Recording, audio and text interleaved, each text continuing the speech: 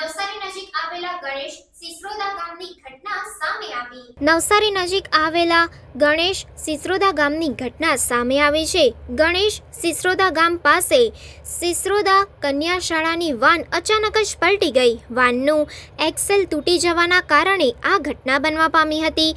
વાનમાં 10 જેટલા વિદ્યાર્થીઓ સવાર હતા. એક વિદ્યાર્થિનીને સામાન્ય ઈજા પહોંચતા નવસારીની ખાનગી હોસ્પિટલમાં સારવાર હેઠળ ખસેડવામાં આવી છે. અન્ય તમામ વિદ્યાર્થીઓ સુરક્ષિત છે. સ્થાનિકોના મતે માત્ર કારનું એક્સેલ તૂટવાના કારણે ઘટના બની હોવાનું પ્રાથમિક કારણ સામે આવ્યું છે. સદનસીબે આ ઘટનામાં મોટી હોનારત ટળી.